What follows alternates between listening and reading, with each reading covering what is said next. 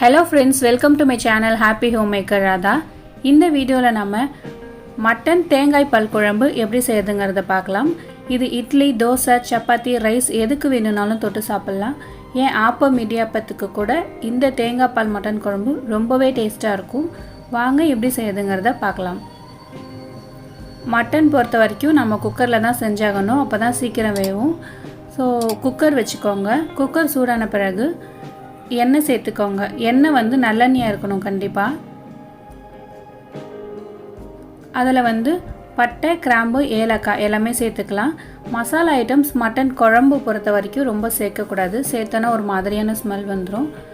அப்புறம் ஒரே ஒரு பிரிஞ்சி இலை சேர்த்துட்டு இதில் நான் சின்ன வெங்காயம் சேர்க்குறேன். நீங்கள் விருப்பப்பட்டீங்கன்னா பெரிய வெங்காயம் கூட சேர்த்துக்கலாம். பட் பெரிய வெங்காயத்தை விட சின்ன வெங்காயம் சேர்க்கும் போது ரொம்ப டேஸ்ட்டாக இருக்கும். காரத்துக்காக 3 பச்சை மிளகாய் சேர்க்குறேன். நான் அதை கட் பண்ணலை, கீரலை எதுவுமே பண்ணலை. நான் அப்படியே தான் சேர்க்குறேன்.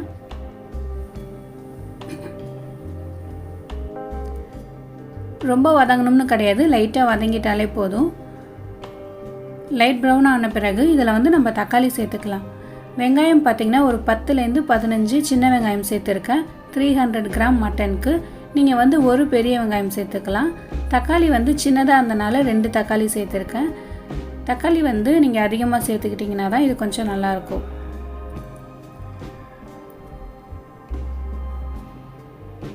இஞ்சி பூண்டு பேஸ்ட்டு சேர்க்காம இஞ்சி பூண்டை இது மாதிரி இடிக்கிற கல்லில் தட்டி சேர்த்துக்கோங்க. பேஸ்ட்டு சேர்த்திங்க அப்படின்னா அது வேறு ஃப்ளேவரில் காட்டும். ஸோ இஞ்சி பூண்டை இது மாதிரி தட்டி தான் சேர்க்கணும் இந்த தேங்காய் பால் மட்டன் குழம்புக்கு. இப்போ இது எல்லாத்தையுமே வதக்கிக்கலாம்.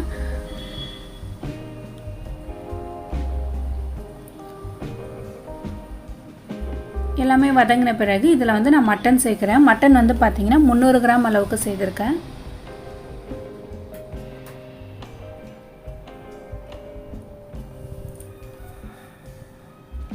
இது 1 நிமிஷம் அப்படியே வதக்கி விட்டுக்கிட்டே இருக்கணும். வதக்கி விடும்போது பார்த்தீங்கன்னா இந்த வெங்காயம், தக்காளி, மட்டன் எல்லாமே ஒன்றா சேர்ந்து ஒரு கலர் கொஞ்சம் சேஞ்ச் ஆகும்.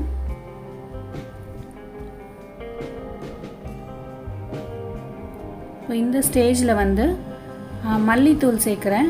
மல்லித்தூள் 2 டேபிள் ஸ்பூன் அளவுக்கு சேர்க்கலாம். சின்ன டேபிள் ஸ்பூன் அப்படிங்கிறனால நான் 3 டேபிள் ஸ்பூன் கிட்ட சேர்த்துக்கிறேன். மஞ்சள் தூள் சேர்த்துக்கோங்க, ஒரு 1/2 டேபிள் ஸ்பூன். இந்த தேங்காய் பால் மட்டன் குழம்பு ரொம்ப காரமாக இருந்தால் அவ்வளோவா டேஸ்ட்டாக இருக்காது. மீடியமான காரத்தில் இருந்தால் தான் கொஞ்சம் நல்லா டேஸ்ட்டாக இருக்கும். ஸோ ஒரு 2லேருந்து 3 டேபிள் ஸ்பூன் வரைக்கும் நீங்கள் மிளகாத்தூள் சேர்த்துக்கோங்க. இந்த மட்டனுக்கு தேவையான அளவுக்கு உப்பு சேர்த்துக்கலாம். சேர்த்து இதை நல்லா வதக்கி விடுங்க.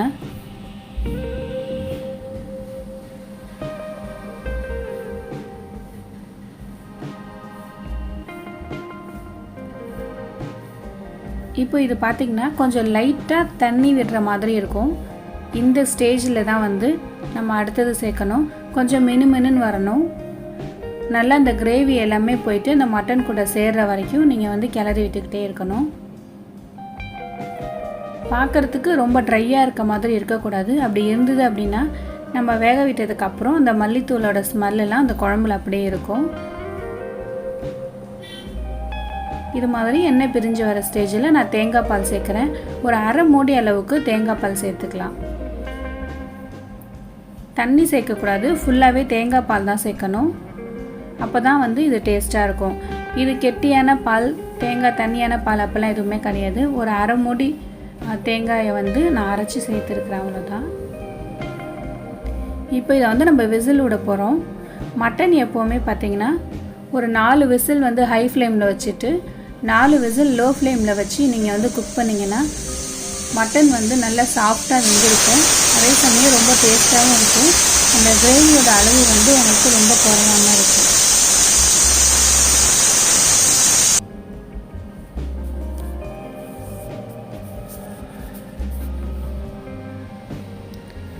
இப்போ இந்த விசில் ஃபுல்லாக அடங்கட்டும்.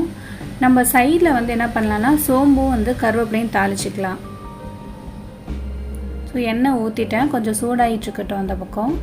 இப்போ நம்ம இந்த மட்டன் குழம்பு திறந்து பார்க்கலாம்.